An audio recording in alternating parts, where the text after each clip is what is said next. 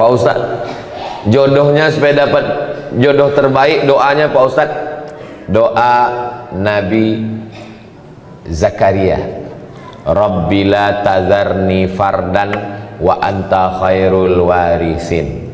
Rabbi, ya Tuhanku, la tazarni fardan, jangan biarkan aku sendirian, wa anta khairul warisin, engkau sebaik-baik pemberi waris. Rabbi la tazarni fardan wa anta khairul warisin. Saya tengok yang menghafal yang udah berbini pula.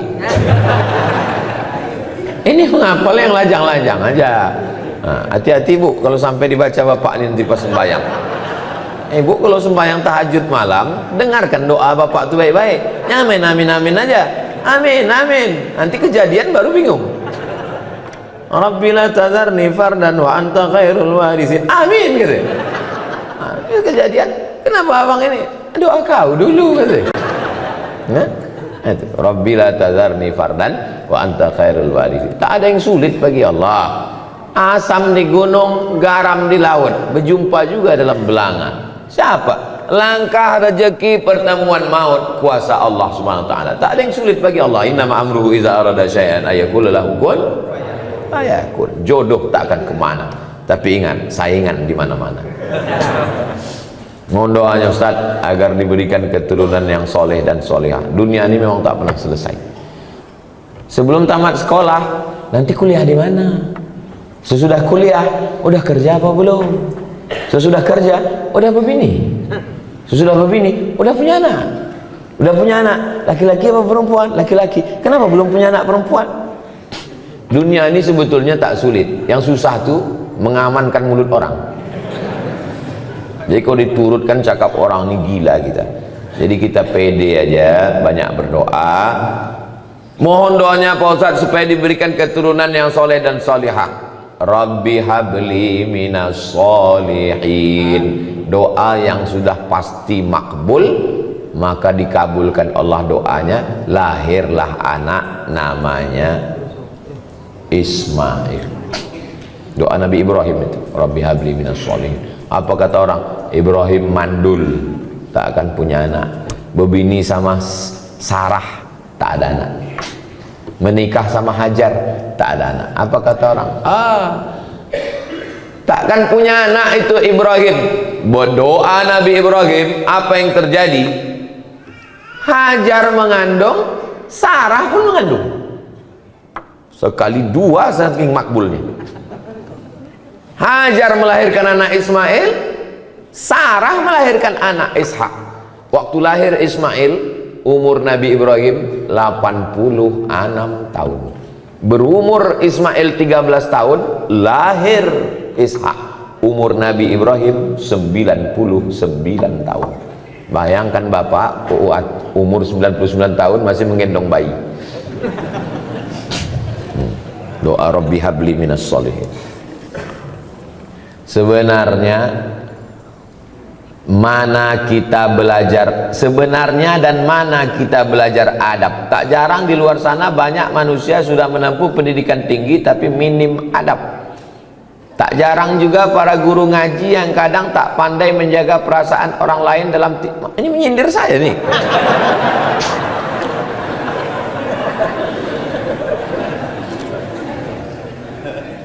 Yang mengajar adab yang pertama kali itu adalah ibu.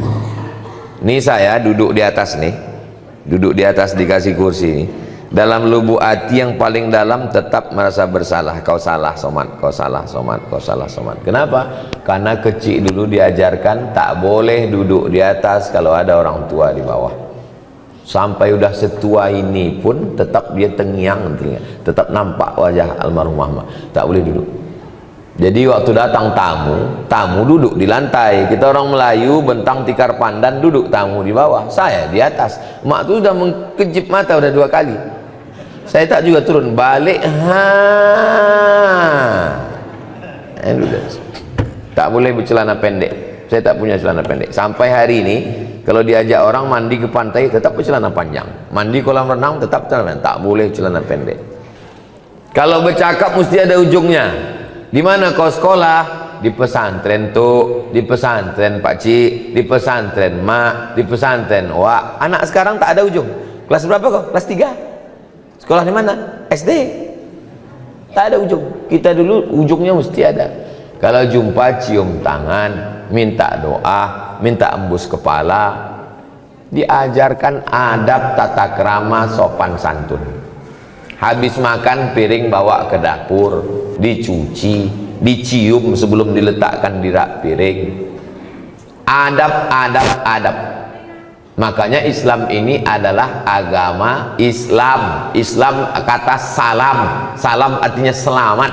Selamat lidah, dari kata kasar selamat. Tak ada gunanya ilmu banyak. Kalau cerita ilmu banyak, yang paling banyak ilmunya google.com. Kalau cerita paling kuat hafalan, yang paling kuat hafalannya youtube.com.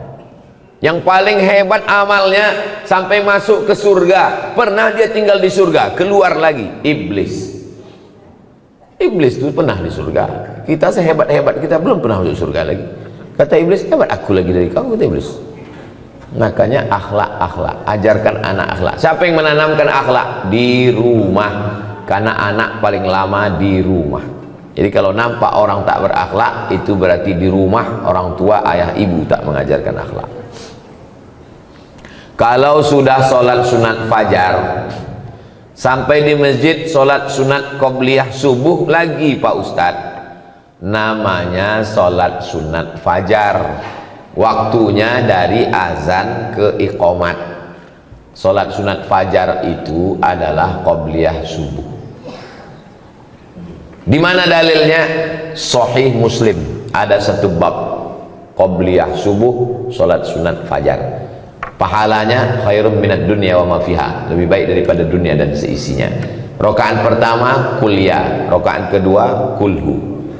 Usollinya usolli sunnatal fajri raka'ataini, usolli sunnatas subhi raka'ataini qabliyatan lillahi ta'ala.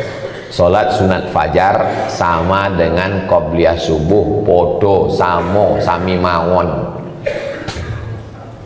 Jadi kalau saya sudah salat sunat fajar di rumah, ke masjid, tahiyatul masjid. Habis tahiyatul masjid duduk, karena sudah qobliyah. Qobliyah itu setelah azan, tak ada qobliyah sebelum azan. Kalau ada orang sholat qobliyah sebelum azan, tidak sah. Maka setelah azan baru qobliyah, karena qobliyah setelah masuk waktu sholat. Qobliyah subuh, qobliyah zuhur, qobliyah jumat, qobliyah maghrib, qobliyah isya, semuanya setelah azan. Apa beda sholat sunat fajar dengan sholat qobliyah subuh? Sama. Assalamualaikum Pak Ustaz. Waalaikumsalam. Bagaimana hukumnya orang datang ke masjid, sedangkan ada sebagian mengatakan tak boleh, sedangkan kita mau belajar? Mungkin maksud dia bagaimana hukumnya perempuan datang ke masjid. Mungkin itu maksudnya.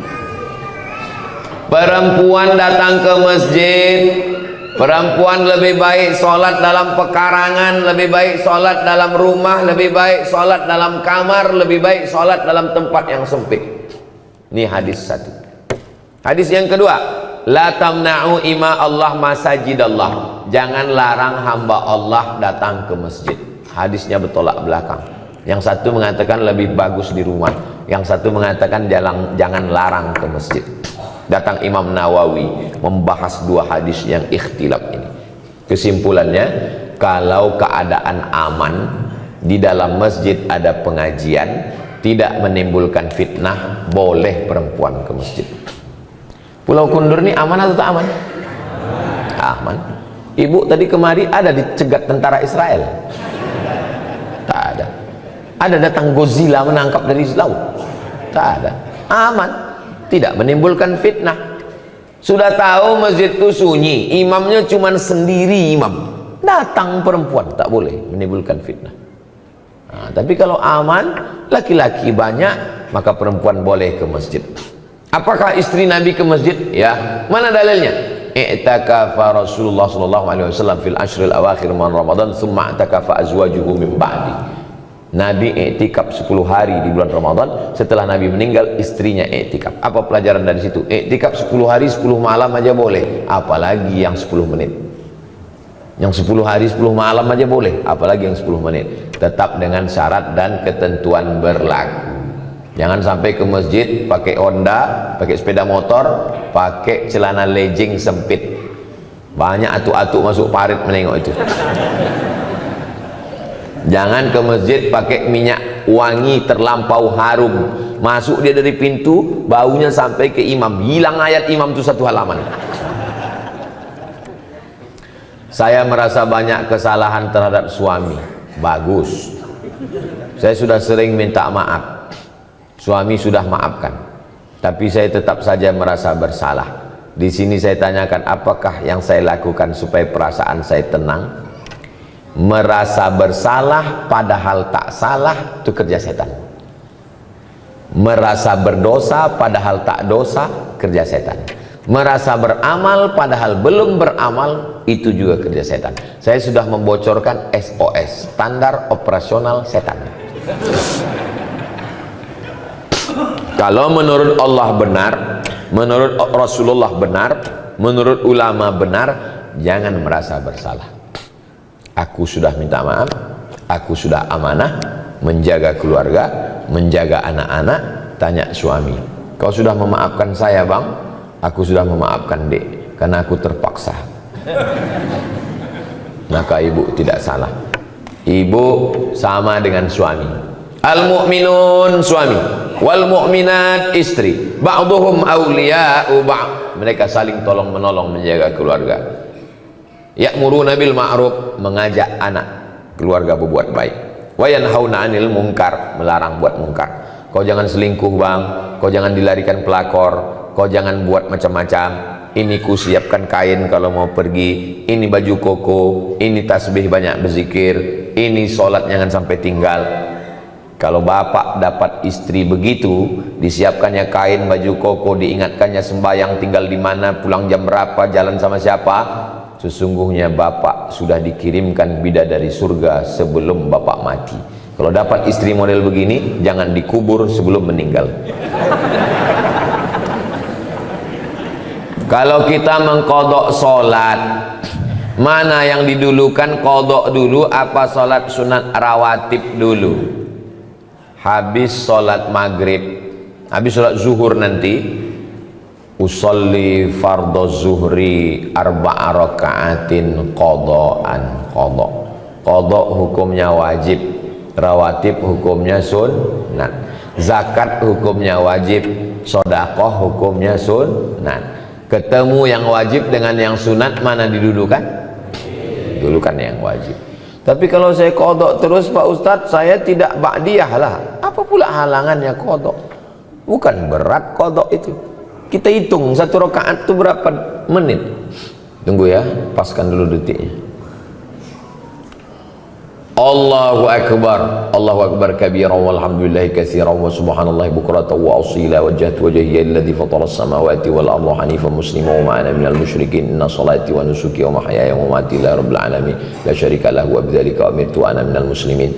Bismillahirrahmanirrahim. Alhamdulillahi rabbil alamin arrahmanir rahim maliki yaumiddin iyyaka na'budu wa iyyaka nasta'in ihdinas siratal mustaqim siratal ladzina an'amta 'alaihim ghairil maghdubi 'alaihim waladdallin amin. Bismillahirrahmanirrahim. Qul huwallahu ahadun illahus samad lam yalid wa lam yulad wa lam yakul lahu kufuwan ahad.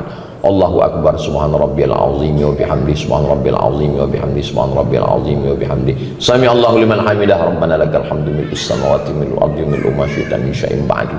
Allahu akbar, subhana rabbiyal a'la wa bihamdi, subhana rabbiyal a'la wa bihamdi, subhana rabbiyal a'la wa bihamdi. Allahu akbar, rabbi fili warhamni wajburni warfa'ni warzuqni wahdini wa'afini wa'afu anni.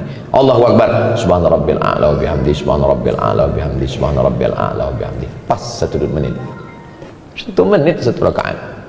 4 rakaat 4 menit. Tambah ba'diyah 2 rakaat, cuma 6 menit salat. Siapa bilang salat itu berat? Nonton bola 60 menit. Perpanjangan waktu dibohongi pula semua wasit. Kenapa tahan? Scroll 60 menit, kenapa tahan? Qadha cuma 4 menit tak tahan. Berhasil setan.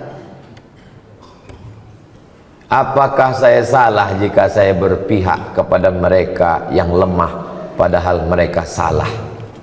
Udah lemah salah pula lagi. Pula kita berpihak kepada orang yang salah. Betul kata Allah, betul kata Rasulullah, betul kata ulama, lemah dia, kita tolong. Unsur akhaka, tolong saudaraku, zaliman au mazluman, yang zalim maupun yang dizolimi. Kalau yang dizolimi kami tolong, kami tahu cara menolongnya. Yang dizolimi kami tolong. Tapi kalau yang menzolimi, macam mana kami menolongnya? Tahan tangannya. Orang yang mau menzolimi, memukul, menganiaya, tahan tangannya. Begitu cara menolong orang. Tolong saudaramu yang menzolimi maupun yang dizolimi. Jangan diam menengok orang teraniaya. Saya jalan bawa mobil, nyetir sendiri. Saya tengok ada satu anak diletakkan di atas parit. Di atas parit ini ada papan. Anaknya berdiri, dilempar sama dua orang anak pakai batu. Turun saya dari mobil, saya tengok lama. Saya tengok anak yang dilempar. Habis itu rupanya lama-lama dua anak ini sadar, ditengoknya saya. Tengoknya saya, ketakutan. Saya bilang, kau berdua, kau bawa ayah kau sini, biar ku pijak batang lehernya. Kalau sekali lagi ketangkap kau menganiaya, membuli anak-anak ini, habis kalian gua. Saya paling pantang menengok orang, membuli orang, baik anak-anak maupun orang dewasa. Tak boleh menganiaya orang, tak boleh menzolimi orang. Maka kalau kita menengok ada, walaupun hal kecil remeh-temeh, banyak orang, itu anak-anak biasa, itu sudah membunuh mental dia. Berapa banyak anak-anak bunuh diri gara-gara mentalnya diejek, diolok, mengadu sama maknya, ngadu sama ayah. Memang begitu anak-anak. Jangan, anak-anak ini mesti kita bela. Anak saya, keponakan saya, itu ditanya, ada kawan di kelas itu yang ngejek-ngejek, ngolok-ngolok, ada? Tak ada. Kalau ada mengejek, balas. Mana boleh kita balas ejek? Boleh. Disentilnya telinga kau, cabut telinga dia. Yang dibiarkan anak kita diolok-olok orang. Apakah saya membatasi pergaulan suami? Kalau suami berkawan sama peminum khamar, pecandu narkoba, ibu jangan diam. Jadi bagaimana kami bersikap kalau suami saya nih Pak Ustadz sering berkawan, mabuk-mabuk, sakau-sakau, pecandu narkoba? Sebentar ya.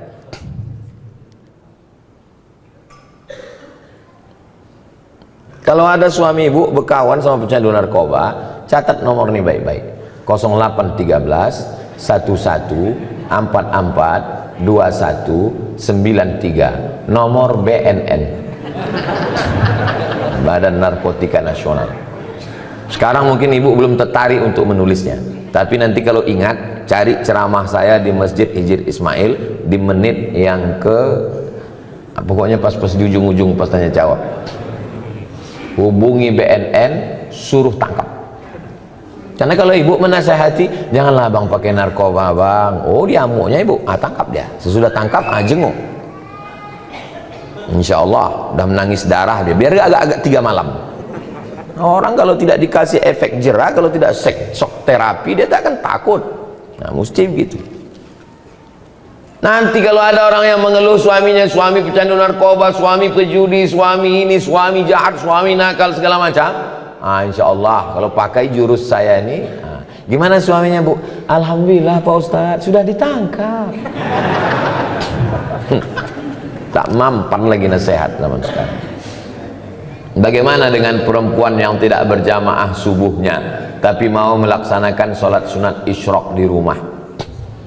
Di rumah itu usahakan ada namanya musolla al-bait.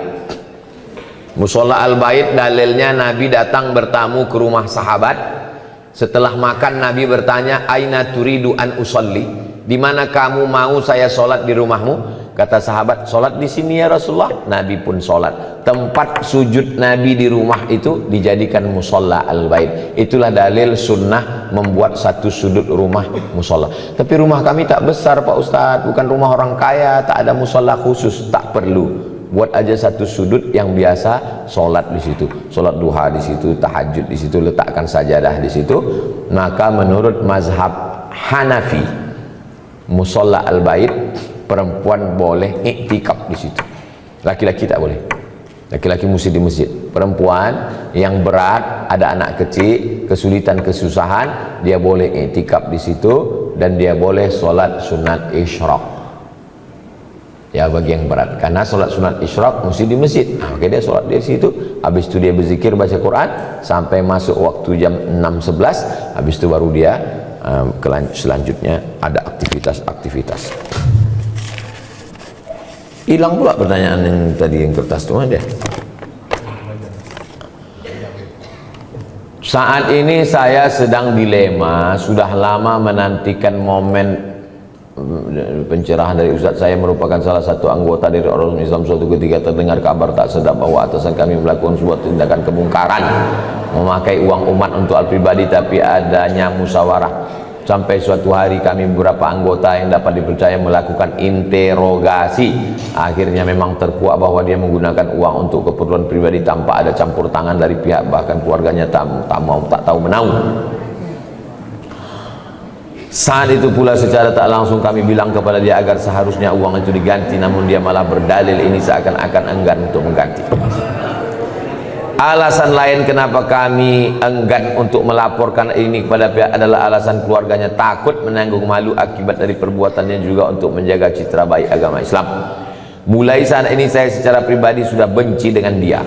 Saya sudah berusaha dengan hati maupun perkataan, bahkan sampai saat ini ketika melihat hati ini terberi geram, tak mau datang. Ditambah lagi sampai saat ini masih berlanjut isu dia kerap melakukan kecurangan. Seperti yang Ustadz sampaikan, kita begitu membara berapi-api kita yang mencegah kelakuan bejat Zionis Israel berada di Palestina, tapi ketika melihat kemungkaran di depan mata kita diam. Laporkan ke polisi. Kalau mau ganti, kalau takut melaporkan Fir'aun ini ke polisi, ganti duit yang hilang itu, karena itu duit umat. Duit masjid, duit ormas, itu duit umat. Pertanggungjawabannya kepada umat. Kalau tak mau melaporkan dia karena menjaga nama baik, ganti duit itu. Tapi kalau tak sanggup mengganti, lapor ke polisi. Akan disita barang dia untuk mengganti duit itu. Ustadz, sekretaris kita memakai duit. Melaporlah wakil saya ke saya. Dekat rumah mak saya ketua, ini wakil saya, sekretaris memakai. Berapa dipakainya? 45 juta. Saya bilang lapor ke polisi, penjarakan dia. Malulah kita Pak Ustadz, begitu begini nanti kami ini. Pergi saya ke kamar, saya ambil duit ini 45, masukkan ke kas, mengganti si hantu belau setan laknatullah alaihi. Keluarkan dia dari pengurus, jangan masukkan lagi. Kalau mau ganti pakai duit pribadi, kalau tidak laporkan ke polisi, jangan diam. Kalau takut melaporkannya, laporkan ke saya. Nanti datang jumpai saya, biar saya melaporkan ke Pak Kapolres, lengkap dengan KTP semuanya, biar saya melaporkan ke Pak Kapolres. Biarlah saya terlambat pulang nanti agak 1 jam. Yang didiamkan. Kenapa didiamkan? As-sakitu anil haq, diam melihat kemungkaran, setan akhras, setan bisu. Di dalam Islam ini ada namanya akhlak, tapi juga ada namanya hukum. Pencuri, as-sariqu was-sariqatu faqta'u aydiyahuma, potong tangannya. Pezina, az-zaniyatu faz-zani fajlidu kulla wahidin minhuma mi'ata jaldah, cambuk 100 kali kalau belum berbini. Kalau sudah berbini, farjumuhumal battah, lempar batu sampai mati. Islam ini bukan cuma akhlak, Islam ini ada hukum. Untung syariat Islam tak dilaksanakan. Kalau dilaksanakan syariat Islam tak betangan, kau bilang masih syukur aku masih mau pakai hukum polisi, kau cuma di penjara. Apa pula malu kepada agama Islam?